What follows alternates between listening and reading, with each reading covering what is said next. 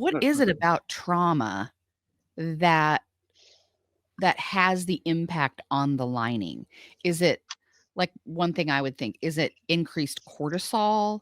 Is it a chemical reaction? Or how could you explain that? Like, for so someone can tie, like, how does that happen?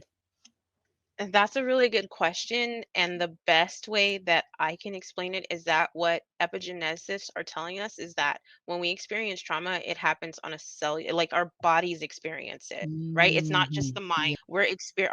Our bodies experience it, and it's down to a cellular level. And Okay. Mhm. so it's throwing all kinds of different things out of balance, and we're Mm. and because of that, because our nervous system is impacted, it it goes into, like, they talk about the fight or flight mode, but then there's also a freeze. Mhm. There's a theory that there's also a freeze. And when we get into that place of being frozen, our body starts to shut down all these processes.